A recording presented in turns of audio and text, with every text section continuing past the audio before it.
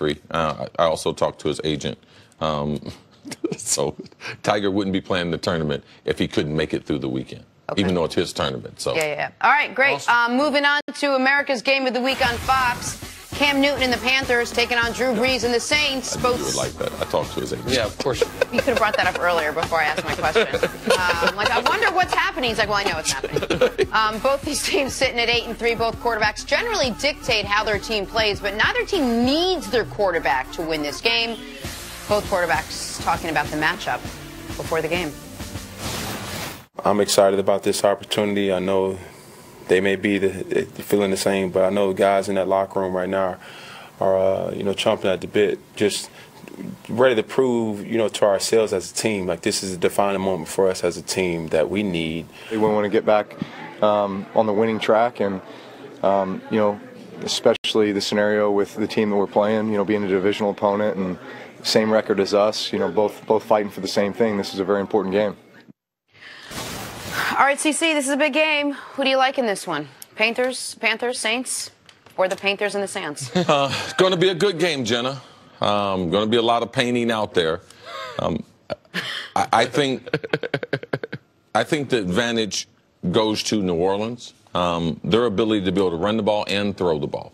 I'm concerned about New Orleans secondary going against Cam. I know Nick has a theory about Cam, so he was really bad last week, so he's got a theory that he'll be good this week. So, it's not quite the theory. But also New Orleans is really struggling as far as injuries in their secondary, so that can be exploited in this game. But I like the overall philosophy of the New Orleans Saints to be able to run the football. I also like their running backs in one-on-one coverage, getting them the ball outside of the pocket, getting the ball on the wing. So I'm a Saints fan because their ability to be able to change their defense. Now, that wasn't the same look we got last week, but their defense is much improved. Carolina has been a defensive team. How many big plays can the Saints defense take away from Carolina? Because Carolina, without their big plays, they are grinded out, ugly. Cam's going to try to do everything to win this game. I like to see, though, that the players, especially this late in the season, December,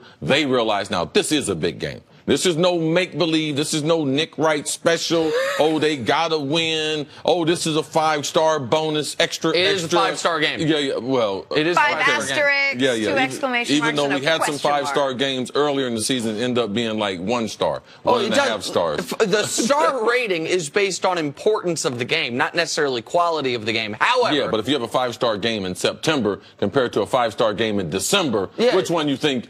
They matter more in December, of course, no doubt. Listen, the star rating system is very precise the way I do it. I can explain to you off the air.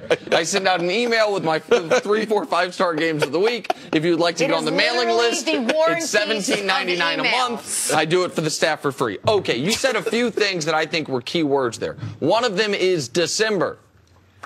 Other than Tom Brady, who's been the best quarterback in December over the last 5 years? It's been one Cameron Newton from a wins perspective, not from a quarterback rating perspective, from a wins perspective. That was nice how you plucked that little stat out of there. I wanted to, because I would have never known the best. Well, I wanted to make sure people understood what I was saying. And now, keep in mind, it's not like the Panthers have been great every year in the last 5 years. Alex Smith's on that list too, isn't he? Alex Smith is in December. I'm not sure if he's actually on that list, but it's Tom, then Cam, then Russell Wilson, Ben Roethlisberger, Aaron Rodgers. Yeah, but all those other quarterbacks have great numbers. Cam just has the wins. Okay, well, let's hold on. We're parsing now.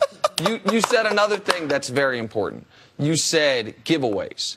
The Panthers this year, in their wins, have protected the football. In their losses, they're averaging 3 giveaways a game. So that is obviously key for this football game. I'm going to pick the Carolina Panthers for 2 key reasons that don't involve giveaways and don't involve December. One is Cam's been at his best in New Orleans. When they played the Saints in Carolina, as they did earlier this year, which was his worst game of the year, it continued a trend of him of playing poorly against the Saints at home. Against the Saints in New Orleans, they're averaging 40 points per game. He's averaging a 105 rating. They've won 2 out of their last 3. And the other reason is this. As good as the Saints are, one of their biggest weaknesses is their rush defense. And the Panthers, over the last 6 weeks, have discovered a running game. Over the last 3 weeks, they're averaging over 200 rush yards per game. It's one of the reasons they've been able to win, despite Cam being inconsistent. I do think Cam will play well. I don't know if he will have to play well for them to win this game, so I like the Panthers.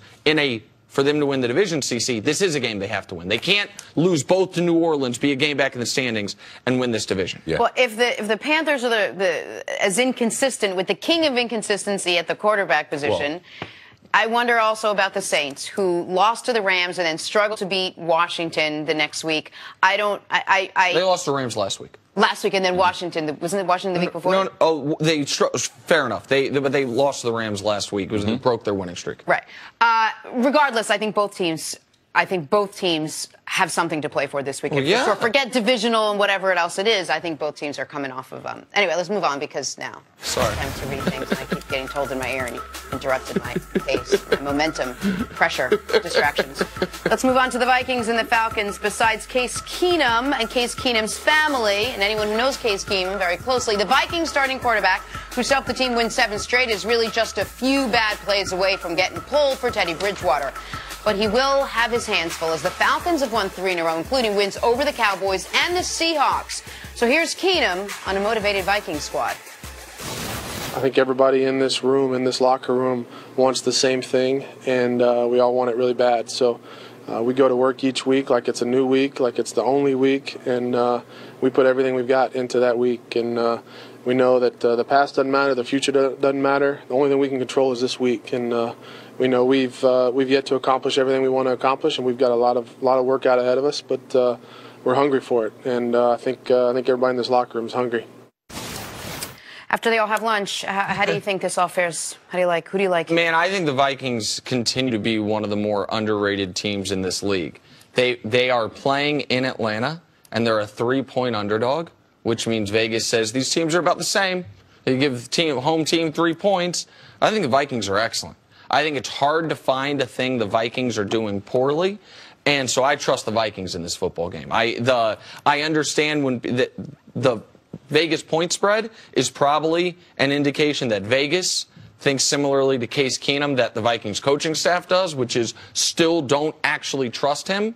But the Vikings have shown they can win football games without great quarterback play, and great quarterback play is just a bonus. This is, outside of Jacksonville, this might be the league's best and most complete defense.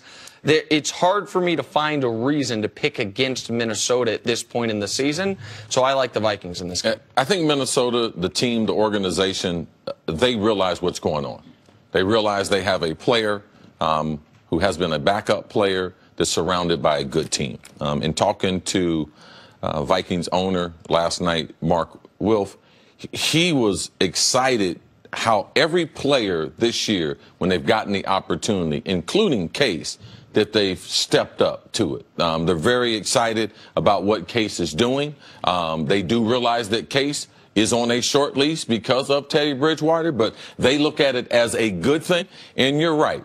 The Vikings defense is very good. They have all-pro players at every level. They got a great defensive line. They have great linebackers. They have great coverage people. They got great safeties. The only thing that the Vikings, that I'm looking for them, the thing that could be the difference, they haven't created a lot of turnovers.